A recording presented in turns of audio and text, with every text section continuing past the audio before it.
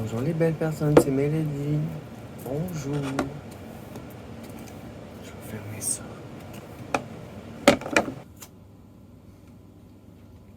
Bonjour les belles personnes, c'est Mélodie.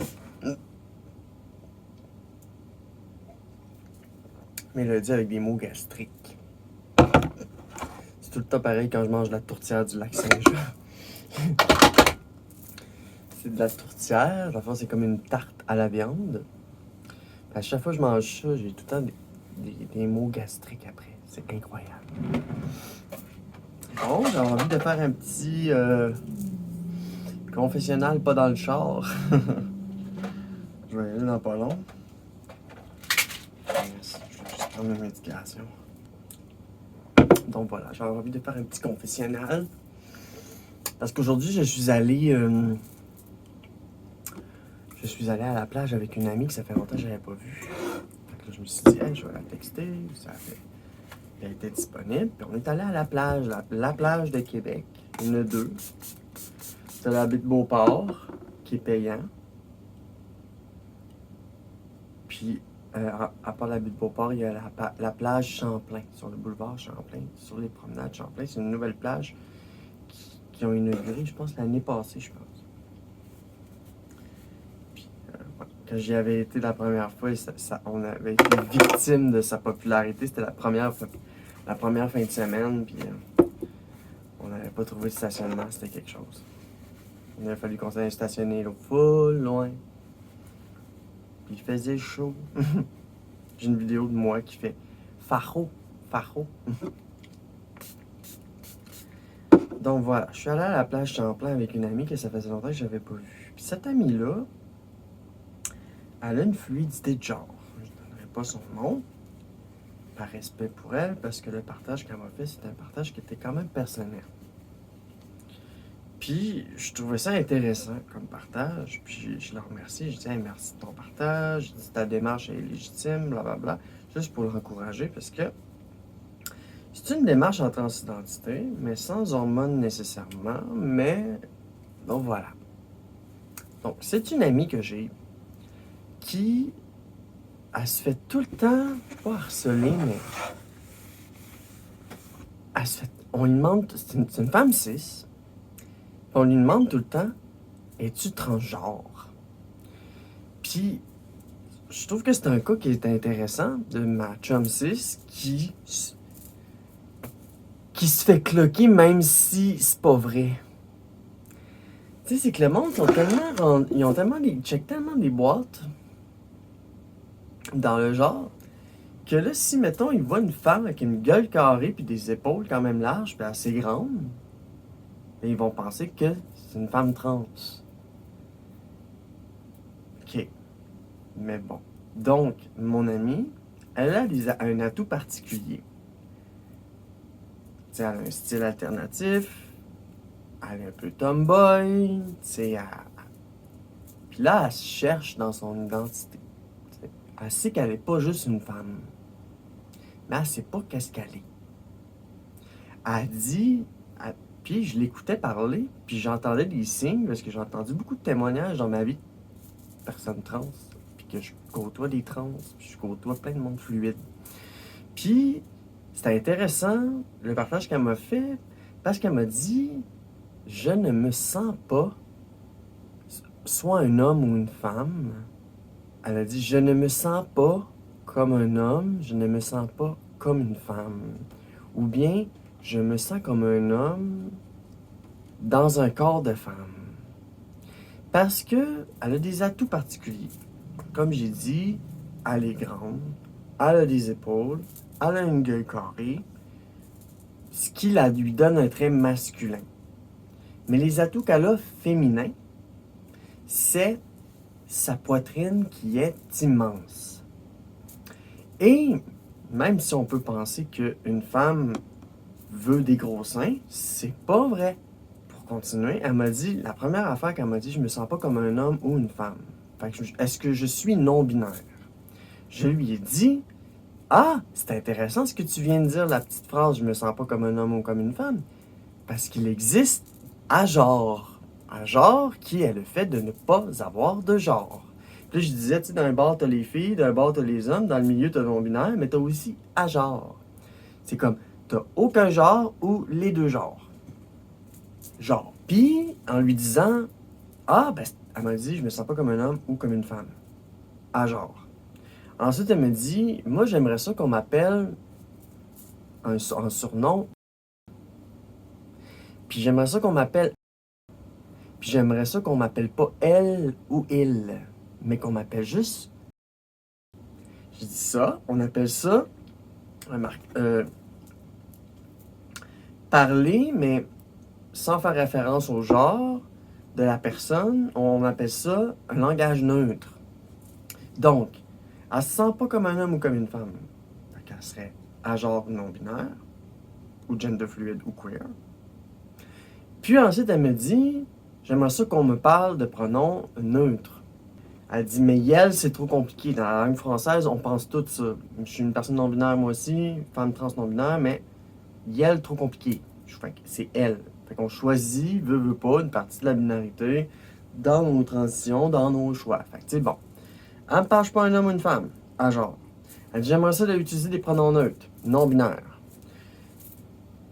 Puis ensuite, elle me dit, la troisième affaire, c'est pas la dysphorie de genre, mais j'ai dit, moi, la raison pourquoi que j'ai fait une transition, c'est pas nécessairement la dysphorie de genre. C'était parce que je me sentais pas bien dans mon corps d'homme, puis que je faisais de la dysmorphophobie, c'est-à-dire, j'avais peur de certaines parties de mon corps. Lorsque je me regardais dans le miroir, je me sentais pas bien. Parce que j'étais un garçon tout chétif, tout mince, 118, 121 livres, à 37 ans. Tu sais, si tu veux faire attention à ta santé, oui, t'as un métabolisme rapide, mais... Donc voilà. Fait que la troisième affaire, c'est qu'elle me disait qu'elle faisait de la dysmorphophobie, elle aussi. Puis j'ai dit, ah, ça c'est de la dysmorphophobie. T'as une partie de ton corps que tu n'aimes pas. Et elle me dit, oui, mes seins, je les trouve trop gros. J'ai dit, ça doit être tannant que tu parles avec une personne, puis qu'elle arrête, puis qu'elle te regarde, elle regarde pas, elle te regarde pas. Ça doit être tannant. Fait que, en me faisant ce partage-là, elle m'a pointé, puis elle m'a dit, tu sais, toi, t'as des petits seins. Puis ça, je trouve ça beau. Puis ça, je trouvais ça intéressant, ce partage-là aussi. Qu'elle me pointe, puis qu'elle fasse, tu sais, toi, t'as des petits seins, puis c'est parfait. J'ai dit, ah, c'est des B, parce qu'à force de manger, j'ai passé de A à B, mettons. La dernière fois que je me suis fait mesurer, j'étais rendu de B. On dirait un A plus B moins. Parce que j'ai quand même pris une A parce que les B avec des copes, ils flottent. Donc voilà, fait qu'elle fait ce partage-là. Donc, là, donc son premier point, c'était je me sens pas un homme ni une femme, à genre. Son deuxième point, c'était je vais utiliser des pronoms neutres, non binaires. Puis ensuite, son dernier point, c'était je fais de la dysmorphophobie à une section de mon corps. Puis là, j'ai dit, dans le fond, ce que tu viens de me raconter, c'est un narratif, c'est une démarche en transidentité. Dans le fond, t'es pas obligé de prendre d'hormones pour être transgenre, parce qu'elle disait, je suis pas trans. Elle dit, moi, je pense que t'es trans, parce que être trans, c'est pas nécessairement prendre des hormones, c'est avoir un mal-être. Puis moi, je suis trans à cause de la dysmorphophobie, pas à cause de 100% de la dysphorie. Oui, un peu de dysphorie, mais parce que je suis non-binaire, fait que je suis pas... Il y a moins de dysphorie, tu sais, en tout cas, parce que je suis non-binaire, fait que j'ai pas de dysphorie à être 100% binaire de quelque chose, tu sais. Hein, Mimi? Fait que ça, je trouvais ça super intéressant, puis je voulais vous partager ça. Que mon amie, qui est une femme cis, qui a des épaules, une gueule carrée, puis qui est grande, le monde pense qu'elle est trans, puis elle est pas trans, elle est cis. C'est parce que sa génétique lui a donné des traits masculins. Puis son visage est féminin. C'est comme si elle avait le corps de son père, puis le visage de sa mère. Puis, comme elle me racontait, c'était aussi le narratif, parce qu'il existe un narratif au complet, c'est que lorsqu'elle était jeune, puis que ses seins commençaient à pousser, c'était correct. Mais à un moment donné, quand elle était plus vieille, elle a pogné un boost d'hormones qui lui a donné des gros seins. Je peux comprendre qu'elle soit mal à l'aise par rapport à ses seins. ça me disait, tu sais, quand ça fait mal, quand ça pousse. Je dis oui, je connais ça. Je connais ça. Moi, tout, ça fait mal quand ça pousse. Donc, là, j'y réponds. Je dis, elle me dit, ah, j'ai un malaise par rapport à mes seins. C'est le dernier point. Puis là, je dis, oui, mais ça, c'est normal, parce que il y a plein, je connais des femmes qui ont fait qui se sont fait retirer de la poitrine parce qu'ils avaient mal dans le dos ou que ça leur amenait des problèmes de santé. Fait que, tu sais, fait que là, j'ai dit, tu sais, ce que tu vis, c'est normal. Tu sais, tu te remets en question, tu as une partie de ton corps que tu aimes moins. Tu sais, peut-être que c'est quelque chose que les hommes apprécient, mais en tout cas, tout ça pour dire que, aussi pour rajouter un petit peu, tu sais, elle dit qu'elle est pansexuelle parce qu'elle est sortie avec des personnes trans, elle est sortie avec toutes sortes de femmes cis, hommes cis, homme trans, tu sais, genre, elle dit, je suis pansexuelle, donc voilà, fait ça, c'est cool.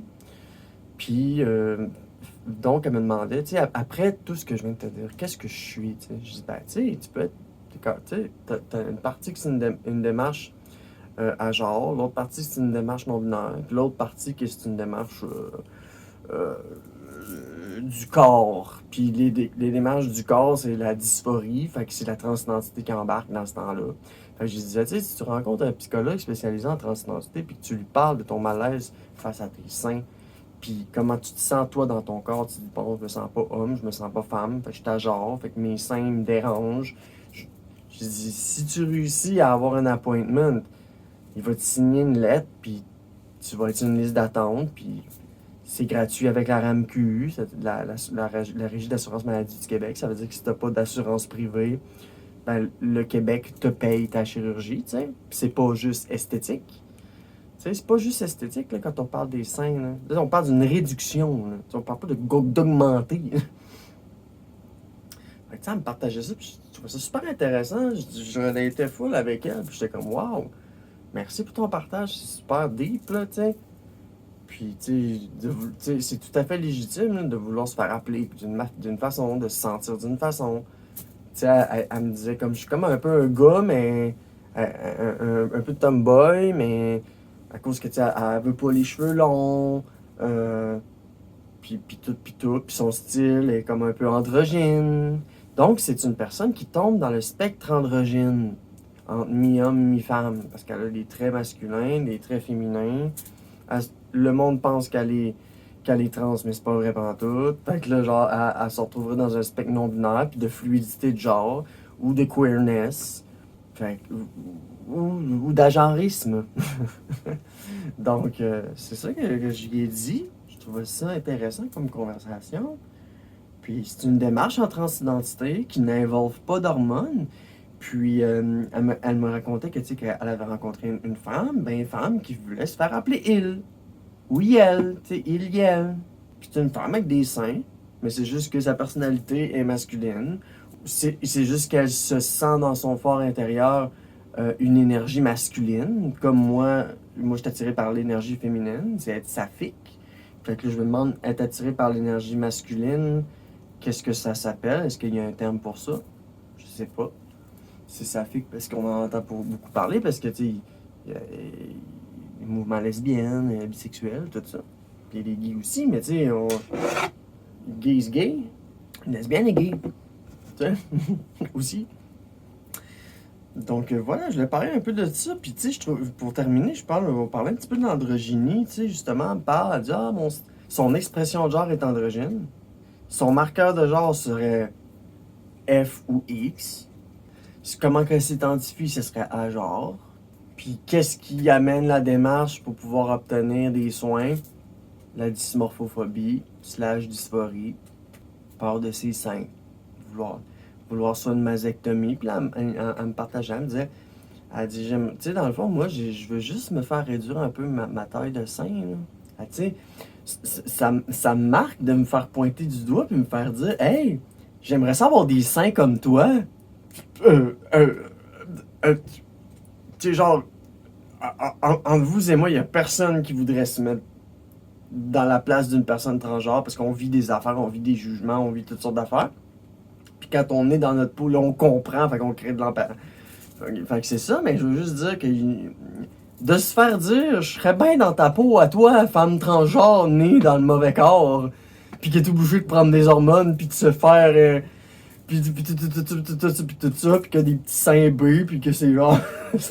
Je trouvais ça intéressant de me faire pointer, puis de me faire dire, hey, j'aimerais ça avoir des seins comme toi, tu sais.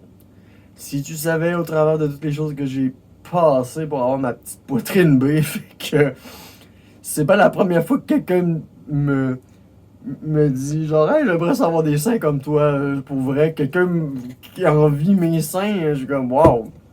Moi j'aime ça les petites poitrines, mon ex avait une petite poitrine aussi puis tu sais j'aime pas ça quand c'est trop gros, pas ça beau, c'est juste ma préférence, tu sais on a toutes des préférences. Moi je trouve pas ça beau quand c'est trop gros. Puis là on jasait puis il y a une madame elle passe, elle dit ces petites boules qui pendent dans le vide de même. Puis là, elle me regarde, elle me dit, hey, en tout cas, ça, c'est trop gros. Je me retourne, je regarde, ouais, ça, c'est trop gros. Mais c'est le poids qu'on a, là. Tu sais, si tu prends pas soin de toi, tu prends du poids, puis tout de suite, tu vas avoir des seins mous, puis flasques, puis qui vont pendre. C'est normal, parce que tes seins vont en fonction de ton poids. Si tu prends pas soin de toi en vieillissant, c'est le genre de choses qui peuvent se passer, effectivement. Mais donc, c'est ça, je voulais vous parler de ça, de cette conversation que j'ai eue avec mon amie femme 6 androgyne, qui reçoit des jugements, qui se fait cloquer comme femme trans, comme dans le fond, elle est pas femme trans, c'est juste à cause de sa génétique, qui lui donne des traits masculins. Ce qui l'amène à être fluide de genre aussi, parce qu'elle se dit, tu sais, je peux pas être 100% une femme. Fait que qu'est-ce que je peux faire? Fait que j'étais contente qu'elle vienne vers moi pour me poser des questions comme ça. J'étais comme vraiment, me sentir de confiance. J'aime ça quand je suis la confidente de choses aussi importantes comme l'identité, la sexualité, puis tout ça. Fait que dans le fond, tu sais, elle m'a dressé son portrait au complet. C'est quoi son orientation? C'est quoi son genre? Comment qu'elle veut s'affirmer? Puis tout ça, mais c'est pas ce qu'elle applique au quotidien. T'sais. Fait que je lui souhaite de prendre les bonnes décisions. Mais si elle est dans un mode de vie assez passif, est-ce qu'elle va être capable? Puis elle me disait justement, elle me disait ça, elle dit il faut être courageuse pour faire une démarche comme ça, puis tout ça, parce qu'il faut que tu outrepasses des valeurs, il faut que tu aies ta famille, tu sais, il n'y a pas juste toi dans ta transition, tu sais. Même si une transition, c'est juste de se faire réduire. Tu sais, t'es pas obligé, comme je disais, t'es pas obligé de changer ton marqueur de genre de F à X, tu sais, puis blablabla, puis... Fait que là, je disais, tu es soit à genre, tu es soit non-binaire, tu es soit queer, ou tu es soit, ben, androgyne. C'est pas mal ça qu'elle est. Puis sa maladie, c'est la dysmorphophobie, puis c'est pas la dysphorie. Mais elle vit de la dysphorie à cause des hommes cis qui la jugent puis qui la cloquent comme femme trans à cause qu'elle est grande et qu'elle a des traits masculins. Donc voilà, je vais vous parler de ce scénario-là qui était possible. Donc, même une femme cis peut se poser des questions par rapport à son corps, par rapport à son identité. Et moi, je disais, moi, je pense que le genre fluctue, je pense que l'orientation sexuelle fluctue, je pense que tout fluctue. Puis, fait elle parlé avec la bonne personne. Parce que moi, je suis non-binaire aussi.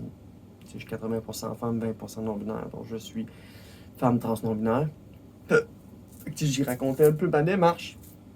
Elle me disait, ah, t'étais pas laide quand t'étais garçon. Je dis, oui, mais je me préfère aujourd'hui. Je me trouve bien plus belle avec mes beaux cheveux longs. Puis tout ça, que je rebars fièrement avec ma belle petite coupe de Cléopâtre. Puis mes petits seins B.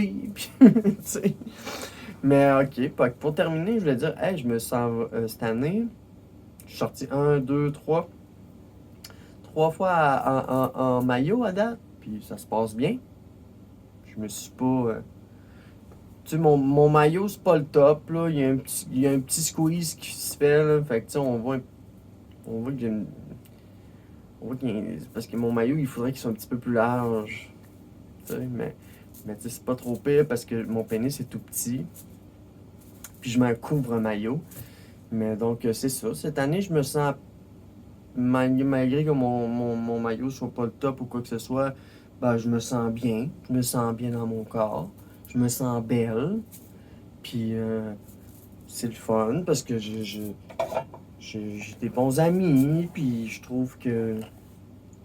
Ouais, je trouve que j'ai des vrais amis, là. C'est les personnes que ça fait, je sais pas, 3 mois que tu les as pas vus, 6 mois que tu les as pas vus, mais tes textes, puis ils sont encore là. Puis ils sont intéressés à te revoir parce qu'ils t'aiment. Ben, c'est ça. Puis tu sais, il y a des connaissances aussi qui sont comme ça. C'est comme des amis, connaissances. C'est des amis, c'est juste que vous partagez pas toujours. Puis quand vous voyez, vous reprenez le temps perdu. Puis c'est ce que je fais.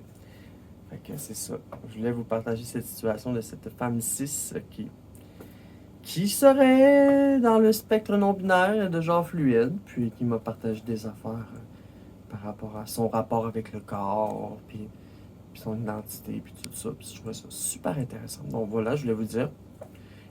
Dans ma vidéo du spectre des genres, à un moment donné, je disais, tu peux être, tu peux être né femme puis être à genre, tu peux être né femme puis être non-binaire. Puis c'est ça. Merci de me suivre. À chaque vidéo, mes cheveux deviennent de plus en plus longs. Au plaisir. Bye bye.